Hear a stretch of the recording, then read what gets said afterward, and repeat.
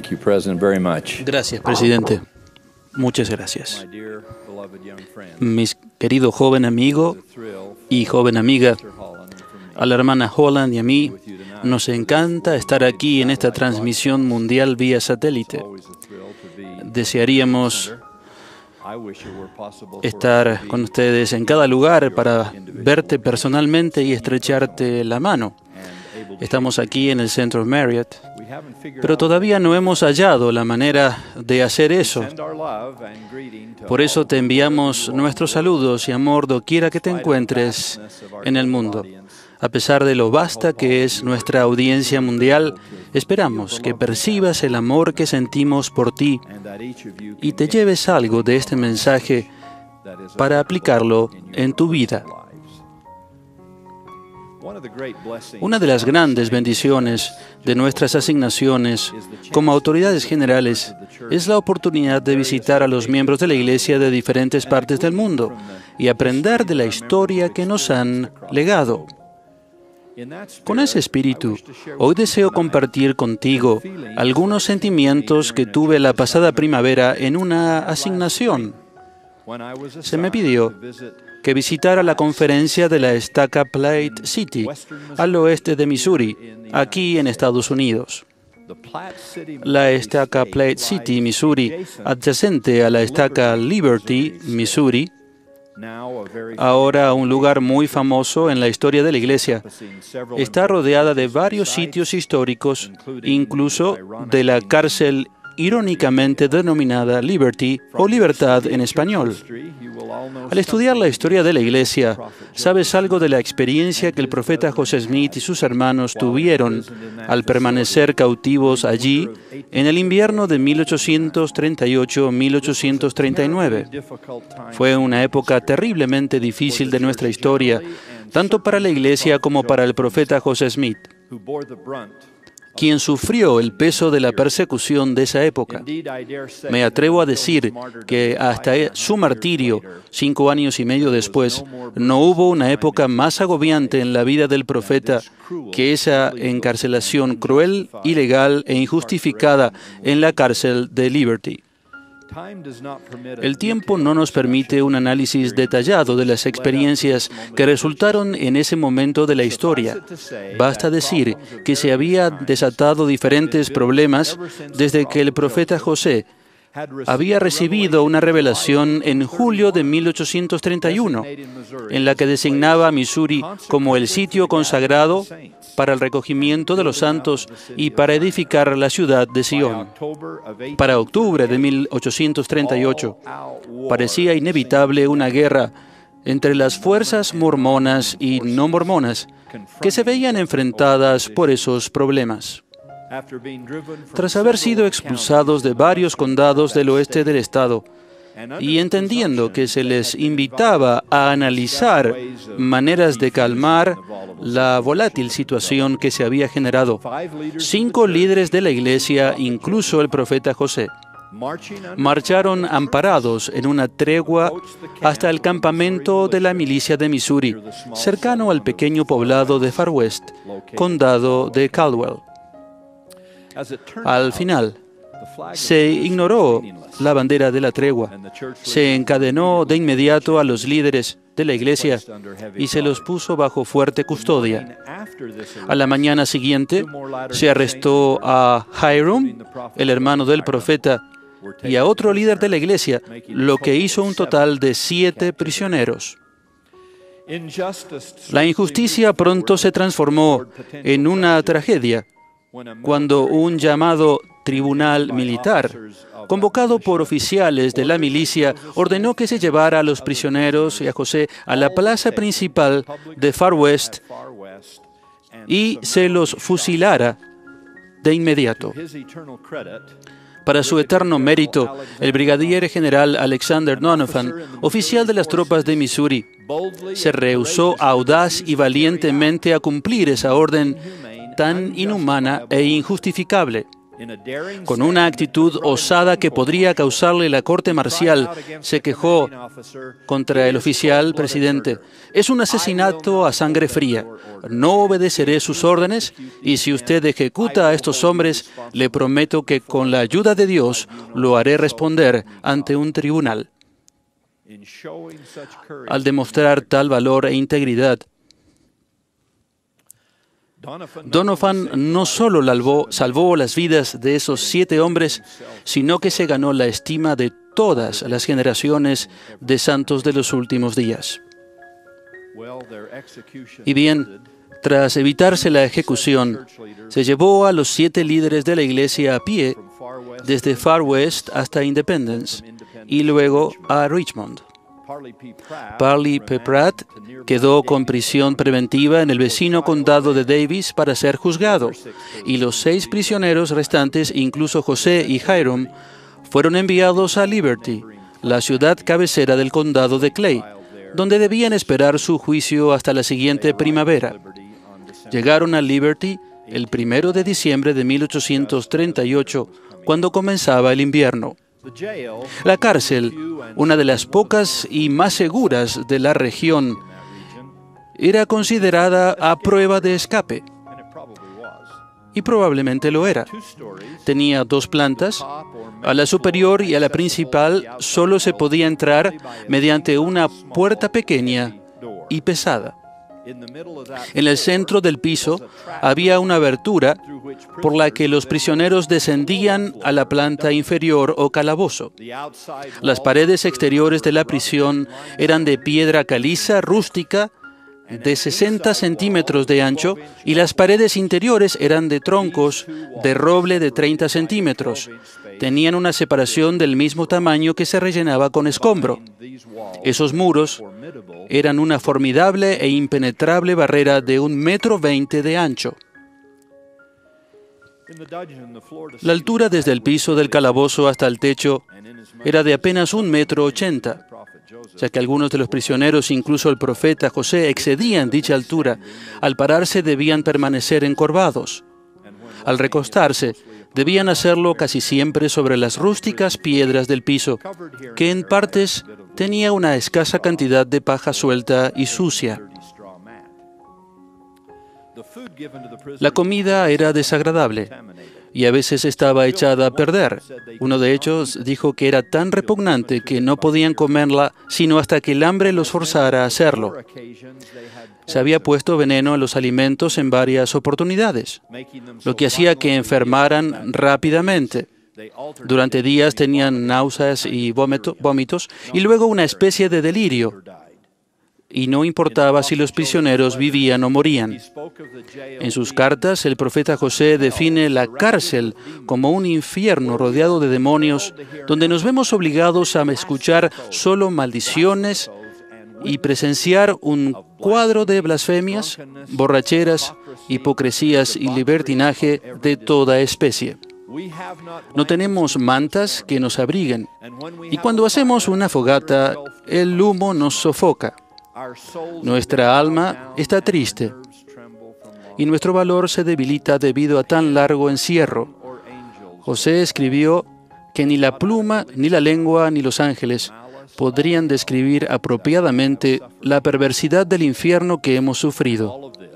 Y todo eso sucedía durante lo que fue el invierno más frío que se haya registrado en el estado de Missouri. No me propongo hablar sobre las penas y dificultades que estos hombres enfrentaron en la cárcel de Liberty, pero permíteme mostrarte algunas fotos y concluir la introducción de mi mensaje. Te aseguro que tengo algo más para decirte. Esta foto es de la cárcel como era en el momento en que José y los líderes de la iglesia estuvieron encarcelados. Esta otra se tomó años más tarde, cuando algunos líderes e historiadores de la iglesia visitaron el sitio. No sé exactamente si el que está sentado arriba trata de salir, de bajar o subir. Esta es una vista de la reconstrucción de la cárcel que hizo la iglesia y se encuentra en el centro de visitantes allí. Observa el arreglo de la cuerda con el balde, el único nexo entre el calabozo y el piso superior. Esta es una pintura de Liz Lemon Swindle que muestra a José orando. Fíjate en la expresión de tristeza y melancolía que hay en el rostro del profeta. Greg Olsen ilustra cómo José pudo haber escrito algunas revelaciones recibidas durante su cautiverio. Y esta es mi última foto, la cual me lleva al verdadero mensaje que tengo para ti. La mayoría de nosotros se refiere al edificio Liberty como la cárcel o prisión, y de hecho lo era.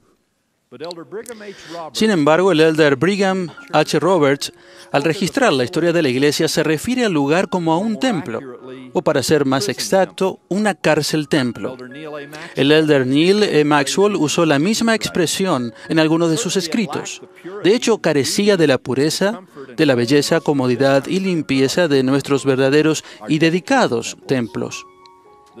La manera de hablar y la conducta de los guardias y criminales que ahí había no eran para nada dignas de un templo. De hecho, la brutalidad e injusticia de esta experiencia en Liberty hacen que la cárcel se vea como la antítesis del espíritu liberador y misericordioso de nuestros templos y de las ordenanzas que allí se efectúan. Entonces, ¿en qué sentido podemos llamar templo a la cárcel de Liberty, o al menos una especie de templo, con respecto al progreso de José Smith como persona y profeta? ¿Y qué nos dice ese supuesto título sobre el amor de Dios y sus enseñanzas, y del lugar y momento en el que se manifestaron dichas enseñanzas? Al pensar en ello, creemos que podemos tener experiencias espirituales, sagradas y reveladoras en cada una de las muchas y diversas etapas de la vida, si lo deseamos, si perseveramos y continuamos orando y mantenernos firme en nuestra fe a pesar de las dificultades. Amamos y atesoramos nuestros templos dedicados y las ordenanzas esenciales y de exaltación que allí se efectúan. Agradecemos al cielo y a las autoridades presidentes que siguen construyendo templos para que muchos más de nosotros tengamos acceso a ellos. En verdad, son los edificios más santos y sagrados del reino de Dios a los que todos debemos asistir tan digna y frecuentemente como sea posible. Sin embargo, el mensaje de esta noche es que cuando tengas una experiencia que sea sagrada, reveladora y profundamente instructiva con el Señor en cualquier circunstancia, entonces has logrado el éxito. Permíteme recalcarlo. Puedes tener experiencias sagradas, reveladoras y profundamente instructivas con el Señor durante los momentos más difíciles de tu vida, en el peor lugar, en la más dolorosa injusticia y al afrontar la peor dificultad y oposición que hayas tenido. Hablemos de esas afirmaciones por un instante. En un sentido espiritual, todos, de una u otra manera, mayor o menor, dramática o casual, pasaremos un breve momento en la cárcel de Liberty. Enfrentaremos cosas que no deseamos, y tal vez sin ser culpables de ello. Quizá podríamos hacer frente a circunstancias difíciles por motivos correctos y apropiados, como el tratar de cumplir con los mandamientos de Dios. Podríamos sufrir persecución, dolor, la separación de nuestros seres queridos. Sí, tal vez sintamos hambre, frío y desesperanza. Así es, antes de morir, se nos podría dar una pizca de lo que los profetas han enfrentado a menudo. Las enseñanzas del invierno de 1838 y 1839 nos enseñan que cada aflicción puede transformarse en una experiencia redentora si somos fieles a nuestro Padre Celestial durante esa tribulación. Esas lecciones difíciles nos enseñan que la situación extrema del hombre es una oportunidad para Dios y que si somos humildes, fieles, si somos creyentes y no maldecimos a Dios por nuestros problemas, Él puede convertir las prisiones injustas, inhumanas y debilitadoras de nuestra vida en templos, o al menos en situaciones que nos brinden consuelo, revelación, compañía divina y paz. Permíteme ir un poco más lejos. Recién dije que pueden sobrevenirnos tiempos difíciles. El presidente Joseph Fielding Smith, sobrino nieto del profeta José y también nieto de Hiram, dijo algo aún más profundo al dedicar el centro de visitantes de la cárcel de Liberty en 1963. Al referirse a la historia que repasamos hoy, y al contemplar el sitio donde su abuelo y su tío abuelo estuvieron recluidos tan injustamente, dijo que quizás tales cosas tenían que pasar.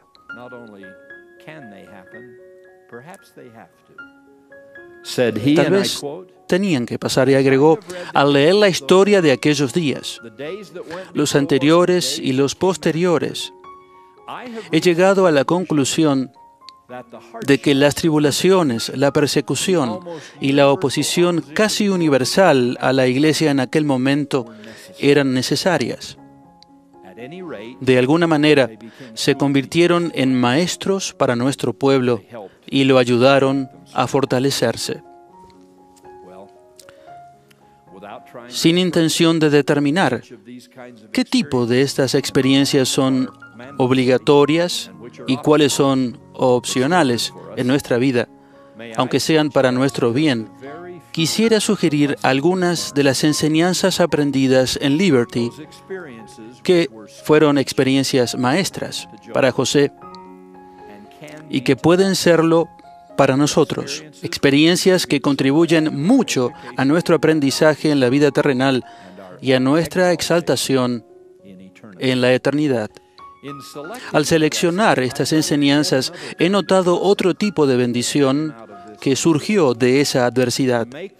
Para transmitirte lo que deseo, utilizaré las palabras reveladoras que pronunció José Smith durante ese desgarrador momento y ahora forman parte de las Sagradas Escrituras en Doctrina y Convenios. Son escrituras canonizadas en Doctrina y Convenios. Supongo que no debemos tener pasajes favoritos. Yo tengo tantos de ellos que no podría limitarme solo a uno o dos. Y si hiciera una lista de mis escrituras preferidas, tendría que incluir las que se escribieron desde la penumbra de la cárcel de Liberty. Lo que aprendemos de inmediato es que Dios no solo estaba enseñándole a José Smith en esa circunstancia, sino que Él nos estaba enseñando a todos nosotros, aún a las generaciones venideras. Qué obsequio divino son esos pasajes inspirados, qué alto precio se pagó por ellos. Cuán vacías serían nuestras vidas como santos de los últimos días sin las secciones 121, 122 y 123 de Doctrina y Convenios. Si no lo has leído últimamente, si no has leído esos pasajes, te pido que lo hagas hoy o mañana y no en otro momento. Esa es la tarea y verificaré que tú la hagas. Solo son 6 páginas. Pero esas 6 páginas conmoverán tu corazón por su belleza y poder. Además, te recordarán que a menudo Dios trabaja misteriosamente para realizar sus prodigios. De todas maneras, Él transformó la adversidad en bendición al darnos esas sagradas reflexiones y sagrados escritos sumamente puros, nobles y cristianos, tanto en tono como en contenido, a pesar de haberse originado en un lugar impuro, vil y poco cristiano. Ahora bien, hay 3 enseñanzas de la cárcel de Liberty. La primera es inherente a lo que ya he dicho. Esto es, que todos, incluso los justos, y quizás en especial los justos, tendrán que enfrentar épocas de prueba. Cuando sucede, podríamos temer que Dios nos haya abandonado y quedemos solos al menos por un tiempo y nos preguntemos si nuestras aflicciones terminarán. Es probable que como personas, familias, comunidades o naciones, cada uno haya tenido o tendrá la oportunidad de sentirse como se sintió José Smith cuando preguntó por qué tenía que pasar tanto dolor y cuánto durarían las tinieblas y el quebranto. Y nos identificamos con él cuando clama desde la profunda y desalentadora reclusión: «Oh Dios, ¿en dónde estás? ¿Hasta cuándo se detendrá tu mano? Sí, oh Señor, ¿hasta cuándo sufrirá tu pueblo? Antes que tus entrañas se llenen de compasión por ellos». Ese es un ruego personal y doloroso del corazón, una soledad espiritual que todos podríamos tener la oportunidad de sentir en algún momento de la vida. Quizás en tu juventud ya hayas tenido esos momentos. Si es así, espero que no hayan sido muchos. Pero sea cual fuere la ocasión en que lleguen, no debemos sucumbir al temor de que Dios nos ha abandonado o no escucha nuestras oraciones. Él nos escucha. Él nos ve. Él nos ama. Cuando atravesemos situaciones desesperadas y deseemos clamar: ¿en dónde estás?, es fundamental recordar que Él está allí con nosotros, donde siempre ha estado. Debemos seguir creyendo, teniendo fe, orando y rogando al cielo, aunque por algún tiempo sintamos que no se nos escucha y que, de alguna forma, Dios se ha ido.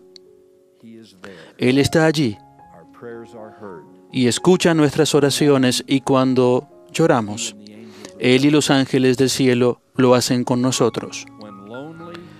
Cuando tengamos tiempos difíciles, de soledad y de rechazo, debemos perseverar. Debemos continuar y persistir. Tal era el mensaje del Salvador en la parábola de la viuda y el juez injusto. Sigue tocando esa puerta y rogando. Entre tanto, debes saber que Dios escucha tus clamores y conoce tu angustia. Él es tu Padre y tú, su hijo o hija espiritual. Cuando acontezca lo que deba acontecer y lo que se deba aprender se haya aprendido, sucederá con nosotros lo mismo que con el profeta José. En el preciso momento en que él se sentía más solo y alejado del oído divino, fue cuando recibió la maravillosa ministración del Espíritu y las extraordinarias y gloriosas respuestas de su Padre Celestial. La voz de Dios penetró el sombrío calabozo en ese deprimente momento para decir: «Hijo mío, paz a tu alma. Tu adversidad y tus aflicciones no serán más que por un breve momento, y entonces, si lo sobrellevas bien, Dios te exaltará. Triunfarás sobre todos tus enemigos». Aunque nos sucedan cosas que parezcan injustas, y aunque recibamos malas e inmerecidas actitudes, tal vez de quienes consideramos enemigos, y también de quienes creíamos nuestros amigos, Dios estará con nosotros siempre. Es por ello que este maravilloso coro nos cantó el tradicional y antiguo himno cristiano de Sarah Adams, del que pocas veces se canta la cuarta estrofa, que dice, y hoy lo cantaron muy hermosamente: «Humilde, un altar te levantaré. Allí mi corazón dirá su oración. más cerca, Dios, de ti, cerca de ti. No estamos solos en nuestras pequeñas prisiones aquí. De hecho, cuando sufrimos estamos más cerca de Dios de lo que hayamos estado en la vida. Esa convicción puede transformar cada situación en una experiencia similar a la del templo. A pesar de nuestra jornada en la tierra, el Señor ha prometido: iré delante de vuestra faz, estaré a vuestra diestra y a vuestra siniestra, y mi espíritu estará en vuestro corazón y mis ángeles alrededor de vosotros para sosteneros. Esa es una declaración eterna de amor y de preocupación de Dios por nosotros, en especial para los momentos de aflicción. Segundo, debemos comprender que solo porque nos sucedan cosas difíciles y a veces parezcan injustas y sin razón, no significa que seamos inicuos o indignos de las bendiciones o que Dios esté decepcionado con nosotros. Claro que el pecado acarrea sufrimiento y la única solución para eso es el arrepentimiento. Sin embargo, el sufrimiento también recae en los justos. Habrán notado que se le recordó a José en la cárcel de Liberty que a pesar de haber sido lanzado en dificultades y de haber sufrido tribulaciones y de haber sido acusado falsamente, apartado de su familia, echado en un foso, en manos de homicidas, no obstante, debía recordar que lo mismo le había sucedido al Salvador del mundo, y que dado que Él había salido victorioso, nosotros también lo haremos. Al darnos ese recordatorio de lo que el Salvador atravesó, la revelación recibida en Liberty dice: el Hijo del Hombre ha descendido debajo de todo ello, es decir, a un nivel más bajo.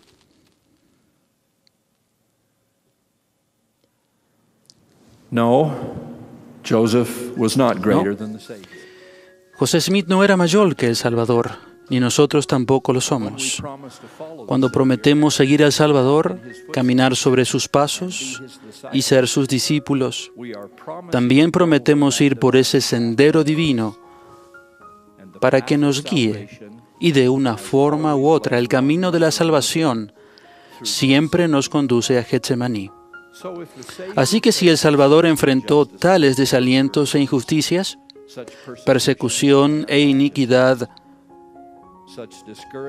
tal desánimo y sufrimiento, nosotros no podemos esperar no tener que enfrentar parte de ello si deseamos ser todavía sus verdaderos discípulos y sus fieles seguidores. En verdad, esto recalca el hecho de que los justos o los rectos, y en el caso del Salvador, la personificación de la rectitud, pueden sufrir a pesar de ser dignos delante del Señor. De hecho, debería ser una fuente de gran consuelo doctrinaria que Jesús, durante la expiación, haya experimentado todos los pesaros y dolores, todas las desilusiones e injusticias que toda la familia humana ha sufrido, sufre y sufrirá desde Adán y Eva hasta el fin del mundo, para que nosotros no debamos sufrirlos de manera tan grave e intensa. No importa cuán pesada sea nuestra carga, lo sería aún más si el Salvador no la hubiera sufrido antes y llevado la carga con nosotros y por nosotros. A comienzos del ministerio del profeta José, el Salvador le enseñó esta doctrina. Tras hablar de padecimientos tan dolorosos y difíciles de aguantar, Jesús dijo: porque he aquí yo, Dios, he padecido estas cosas por todos, para que tú y yo y todos no padezcan si se arrepienten. En los momentos de dolor y prueba, creo que nos estremecería pensar que podría ser peor, pero está claro que podría ser y sería peor, y que es solo mediante nuestra fe, arrepentimiento y obediencia al Evangelio que nos otorgó la sagrada expiación, que eso no es peor.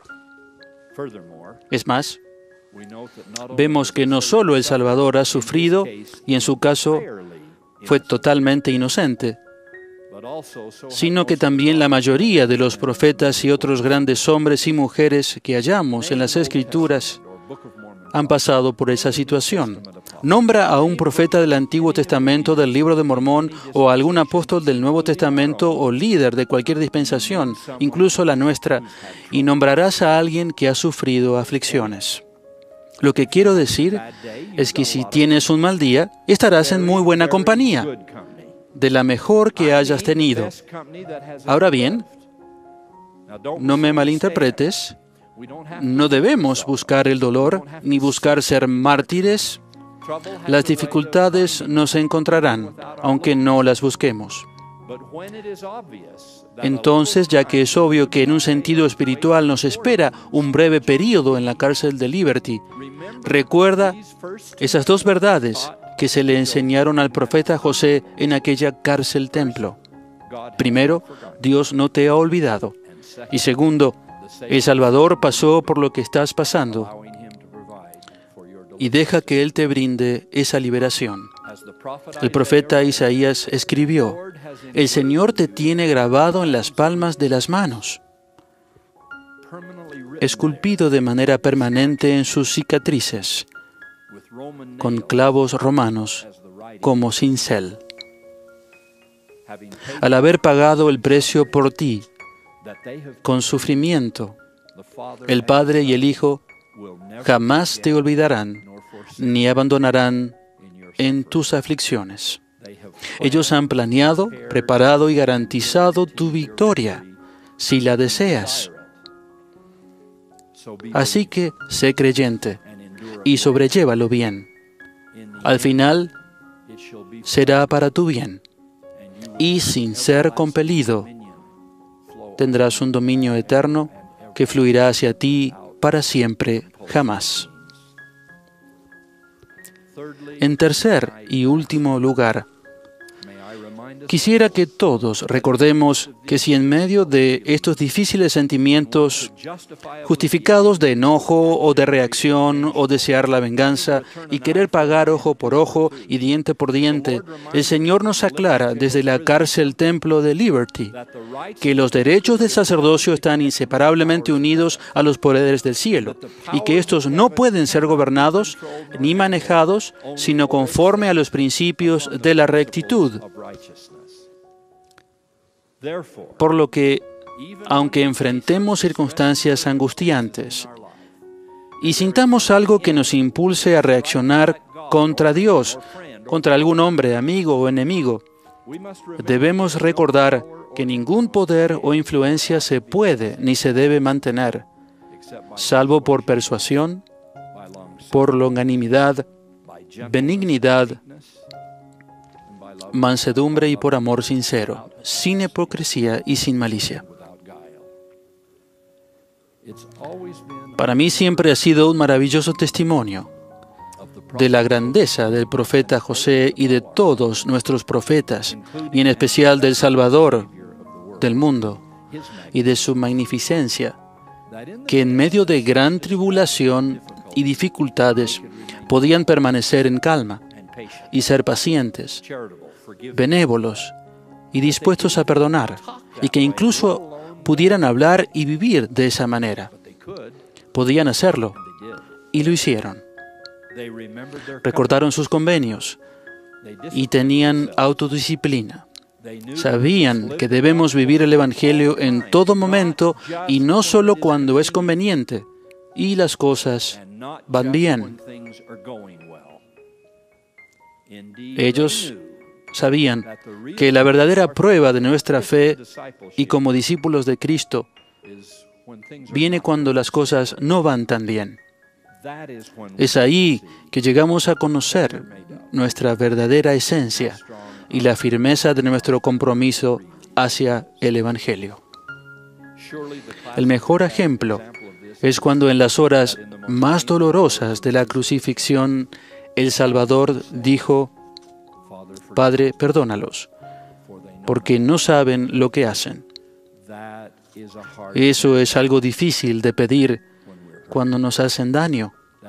Es difícil hacerlo cuando se nos ha ofendido o estamos cansados, tensionados o padeciendo de manera inocente. Ahí es cuando la actitud cristiana prevalece. Recuerda que los poderes del cielo no pueden ser gobernados ni manejados, salvo conforme a los principios de la rectitud. Y en verdad necesitamos esos poderes en esta época. Al igual que se le enseñó a José en esa cárcel templo, aún en medio de la angustia y el dolor, debemos dejar que nuestras entrañas se llenen de caridad para con todos los hombres. Entonces, y solo entonces, nuestra confianza se fortalecerá en la presencia de Dios. Y el Espíritu Santo será nuestro compañero constante. Siendo fieles a los principios cristianos, es la influencia divina la que puede ayudarnos. Y es imposible que el Espíritu entre en un corazón lleno de odio, ira, venganza y autocompasión, porque esos sentimientos son la antítesis del Espíritu del Señor. Sin embargo, el Espíritu mora en corazones con benevolencia, longanimidad y bondad, y que pueden perdonar. Esos son los principios de un verdadero discípulo. Qué gran testimonio de que los principios del Evangelio se deban aplicar en todo momento y en toda situación, y que si somos fieles, si tratamos de serlo, la victoria de llevar una vida cristiana jamás desaparecerá, sin importar la situación. Cuánto amo la majestuosidad de esas elegantes y celestiales enseñanzas que irónicamente se dieron en un lugar y momento tan viles. Para concluir la lección de la cárcel de Liberty, cito el último versículo de la tercera sección a las que nos hemos referido hoy. En esta declaración y sagrada escritura surgida de la experiencia de la cárcel de Liberty, el Señor nos dice por medio de su profeta José Smith: por tanto, muy queridos hermanos, cuando estemos incluso en los momentos de mayor tribulación, hagamos con buen ánimo cuanta cosa esté a nuestro alcance. Y entonces podremos permanecer tranquilos, con la más completa seguridad, para ver la salvación de Dios y que se revele su brazo. Qué conclusión tan optimista y fiel para pronunciarse desde un templo cárcel. Cuando José escribió esas líneas, ignoraba cuándo se le liberaría o si saldría en libertad alguna vez. Todo parecía indicar que sus enemigos aún planeaban quitarle la vida. Peor aún, su esposa e hijos estaban solos, aterrorizados. A menudo sufrían hambre y se preguntaban cómo podrían valerse por ellos mismos sin su esposo y padre. Además, los santos estaban sin hogar y sin profeta. Estaban abandonando Missouri y se dirigían a Illinois, pero con el temor de enfrentar más tragedias. Cabe repetir que eran los más sombríos y lúgubres momentos. Sin embargo, en esas frías y solitarias horas, José dice: hagamos con buen ánimo todo cuando podamos, y entonces confiemos en el Señor, que tenga misericordia y revele su brazo a nuestro favor. Qué actitud majestuosa para conservar en buenos y malos momentos, y en gozo y tribulaciones. Mi querido joven amigo y querida joven amiga, testifico que el Padre, y me gustaría darte una bendición. Me parece que nuestra bendición apostólica va hacia el mundo y tenemos la oportunidad y la obligación. Una es la de testificar, y como lo he tratado de hacer y he concluido, y la otra es la oportunidad de bendecir, como lo hicieron los antiguos apóstoles, cuando el Salvador los invitó a hacerlo, salvo que era para todo el mundo. Entonces, para cada uno de ustedes, aquí en este vasto auditorio o en otros lugares de institutos, en centros de estaca del mundo, les bendigo a cada uno de ustedes en sus circunstancias individuales, como si mis manos estuvieran sobre su cabeza, y se las ofrezco sinceramente, como si estuviera dando mi testimonio. Les bendigo en el nombre del Señor, de que Dios les ama, escucha sus oraciones, está a su lado. Especialmente bendigo a los varones para que sean dignos del sacerdocio que poseen, para que vivan a la altura de ese discipulado del que le hemos llamado, en esa gran hermandad del santo sacerdocio del orden de Dios, para que seamos como el Maestro, para que pensemos más como Él piensa, para que enseñemos más como Él enseñó y hacer más de lo que Él hizo. Y les bendigo al ser fieles, que tengan las bendiciones del sacerdocio, muchas de las cuales hemos citado esta tarde de esas secciones de Doctrina y Convenios. Y bendigo a las hermanas dentro de este auditorio y de las que me oyen. Cuánto nuestro Padre Celestial las atesora y cuántas hermanas llevan la bandera de la fe desde el principio, en cada generación, parecería, desde el principio de los tiempos hasta ahora, y continuarán. En general han sido las mujeres de nuestra vida, nuestras abuelas, nuestras madres, nuestra esposa, nuestras hijas, nuestras nietas, quienes han llevado la antorcha de la fe y ese estandarte del vivir hermosamente y de llevar los principios del Evangelio en cualquier lugar donde se las llevara, y a pesar de las pruebas. Y en situaciones similares a las de la cárcel de Liberty, en situaciones difíciles, hermanas, las bendecimos, las honramos y rogamos que todo deseo sincero de su corazón, desde hoy para siempre, sean escuchados y que puedan salir de esta actividad, de esta congregación, de este devocional, con el entendimiento y el conocimiento firme en su corazón de cuánto el Padre Celestial y las autoridades las aman, las honran, les saludan y les saludamos, hermanos adultos de la Iglesia, y les decimos que el futuro está en sus manos y que los que estamos en nuestra generación les daremos, y al darles la batuta, les daremos, y esperamos que ustedes sirvan con destreza y con honor. Sello estas bendiciones y testifico que el Padre y el Hijo viven. Y testifico que están cerca, tal vez más cerca, con el Santo Espíritu, cuando experimentamos dificultades.